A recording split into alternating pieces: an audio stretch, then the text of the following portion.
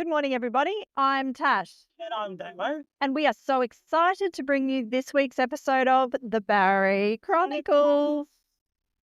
Damo, we are in the car. We are just going past Avalon Airport. Yes, on our way to an event in Melbourne, and we wanted to talk a little bit about the whole premise around the event and why we love it and why we're going to be part of it. It's really exciting. It is. For such a long time, we've watched on, wishing that we could be part of change and doing what we could where we could. But since doing this podcast, we've met so many amazing people that are all pushing for the same change. Yeah, and I love it. I love the like-mindedness. I love that it's across all walks of life. And I love that people realize that this is actually so necessary and it's well overdue.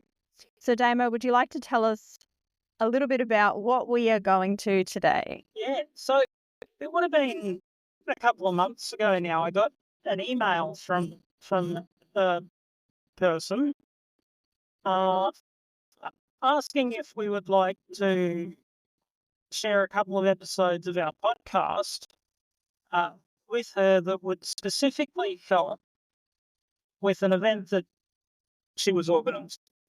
And the conference that we're going to is called Caring for Patients Who Are Plus Size. And they are doing this conference today to teach all our awesome allied health friends and anyone with an interest or who works in that sort of those related fields, how we can talk to patients, the way we word things, even the way we use equipment, and the way it's leaving a person feeling who is living in a bigger body. Yeah, I love that. And who is the conference hosted by? So an amazing person named Nadia Walton from Laneways Rehabilitation and Ergonomics. And she works with at Alfred Health. I love it. I love Alfred Health. They do an amazing job. And I love that they're really working on being inclusive. I love it too. And as I've already said, it's well past time for this, but I'm just so thankful that we in 2024 are standing up saying, hey, let's include everybody in this discussion around healthcare. Let's be inclusive. Let's make it that people know that it will be okay if they require hospitalization. It will be okay if they're coming to their physiotherapy appointment. It's going to be all right if I need to see my doctor or I'm admitted to hospital or whatever it might be. Yeah. So that they know confidently that regardless of size, that there will be inclusivity for them. Yeah. That they will not need to be worried because of a long-standing, long-held obesity bias that has existed. And Damo, can I just preface the rest of this discussion by saying that talking on this particular issue has been very challenging for me personally, and I think perhaps, I know for me anyway, this is why I've not stepped up in this particular space, in the advocacy space sooner, because I have had bariatric surgery. And for a long time, I felt as though I perhaps didn't have a right to share. I also felt that because I had chosen to do something that was a medical intervention in order to live my life out in a body that was going to serve me. I felt like perhaps I didn't have any right to share because I am not in a bigger body anymore.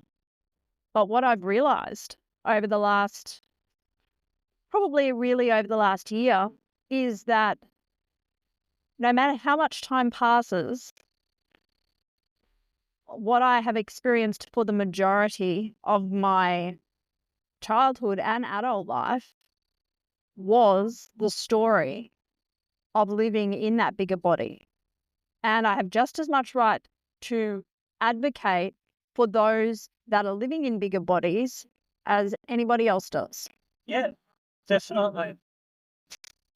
But that's been part of the whole time, hasn't it? You know, like there is such a, like, I'm all for body positivity. I think that we should be happy. Like, our mental health shouldn't suffer at whatever size we are just because of the size. And this isn't about a size discussion. And I think quite often we sort of confuse the two of being a bigger person and the disease of obesity and the way that disease can affect us. And the way that it plays out. And I know for me, when I finally did decide that I was going to go down the route of having surgery, it had come on my way back home from an event that should have been wonderful. It should have been fantastic. I was graduating from study and it should have been a proud night, but it was a night that was just fraught with so much emotional pain because I didn't fit into my graduation gown. And I know that you're very well aware of this. And then obviously there was the many failed job interviews, etc., to try to work in my field and all of those things. And the whole stigma that was around size for me was, and of course my health, like the health conditions that were worsening, all made up in small parts the overall picture of why I decided that bariatric surgery was something that I needed to do for my life. And I have absolutely zero regrets that I went down that pathway. And I'm very grateful that I had the opportunity to go down that pathway. But it also leaves me so very aware of what it was like when I was in that bigger body and how wrong it was that those things were an issue.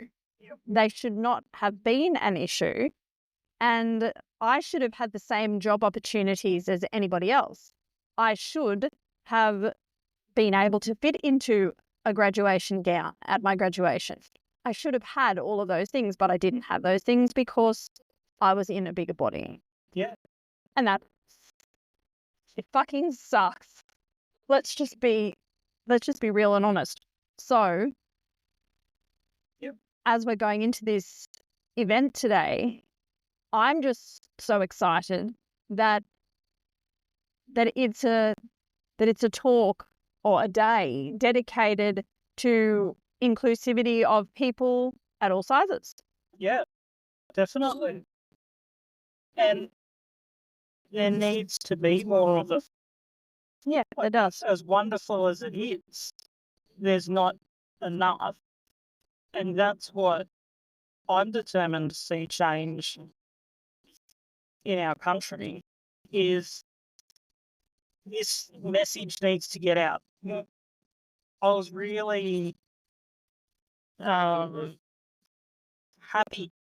this morning. I was talking to mum, and we haven't spoken much about, because we don't talk a whole lot about our family's personal stuff. But mum is going through treatment. She's having chemotherapy. Yeah. And she was telling me this morning that a she went in she went in with you yesterday. Yes, she did. To have her chemo. Do you want to just tell us about that exchange? Yeah. Look, now let's be very, very honest and upfront. I am so freaking grateful for the treatments that exist in our country. We are so privileged in terms of the treatment that mum has had. I'm so grateful. And this is probably a podcast like no other because, as you've said, Damo, we don't talk or share a whole lot about these kinds of things. And we have mum's full permission to talk about this. But when we went in yesterday, obviously I do understand that in some clinical settings it is essential that weight is taken. I understand that. The way in which it's done and where it's done, I think really could be improved upon. I think that we do not need to weigh people in hallways. If you're planning a facility, please keep that in mind. Keep in mind people's dignity and perhaps putting the scales somewhere else. Anyway, every time mum is weighed, because our mum is in a bigger body, every time she's weighed, and I'm with her, I make comment about the fact that I don't like that the scales are in the hallway. But one of the things that I have found that really makes a difference in these situations is the people. Yes. It is the people, and it is how things are done that can make or break the trust that we have in our healthcare providers and in those allied health professionals. And yesterday, there was the most beautiful nurse. Her name was Erica, and Erica made a massive difference yesterday. So what happened was, mum came in and she's the end of her 3rd round of chemo, and yesterday was supposed to just be a blood test, and anyway, it ended up being more than just a blood test. Mum needed a transfusion, and she'd just been weighed, taken round to her day stay chair, and she was sitting there, and Erica came over to do her obs, as you do, and she went to put the blood pressure cuff on mum, and she said, "Well, that's an ill-fitting cuff. I'm going to go and get another one." And I looked at mum, and she looked at me, and when Erica came back, I thanked her. I said, "Thank you for that. Thank you for that wonderfully worded comment about the blood pressure cuff. We are so grateful. Thank you for that." And I can't tell you, Damo, and all of you that are listening, how much it meant to mum that it wasn't, "Oh, well, we're going to have to go and find a bigger cuff because that's not going to fit you." Yeah. I mean, we've all been there. Well, I sure as hell have. I mean, when I was in a bigger body, my arms were very, very large. And I was incredibly, profoundly self-conscious of my arms. It was one of the things about me that I probably hated the most. And I watched mum yesterday go from clearly feeling anxious, which obviously you are anxious when you are in a vulnerable state, when you are in that kind of Yeah, vulnerable setting. it's an anxiety-inducing setting to be going through that sort of treatment. It is.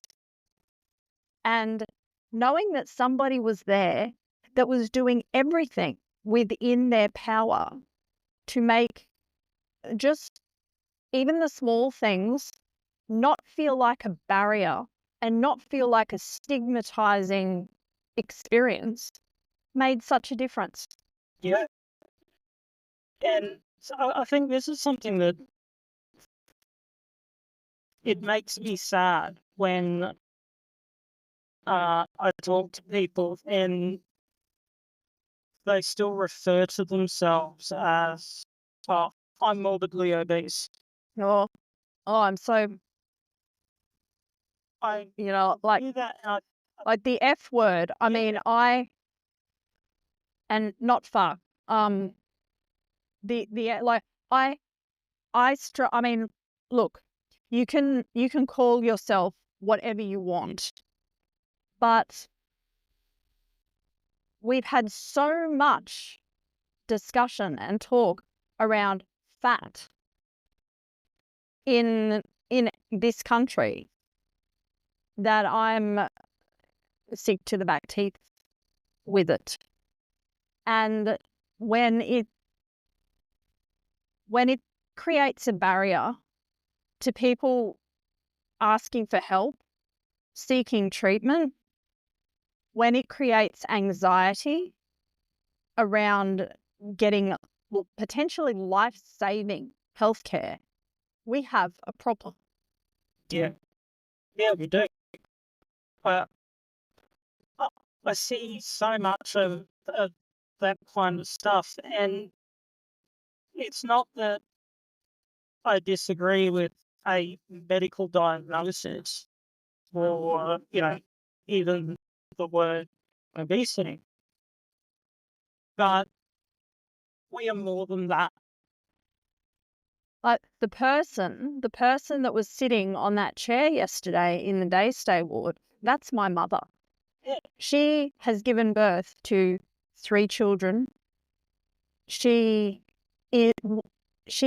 was an incredible daughter, a fantastic sister, an amazing human being, and deserves the dignity of a cuff that will fit her, of medical equipment that will be suitable to be used to assist her, and to treatment that gives her the comfort of knowing that the people that are looking after her see more than a size. Yeah. And if you can't see more than a size, then perhaps it's not the field for you. Yeah. Agreed. Because it can be done so flipping well.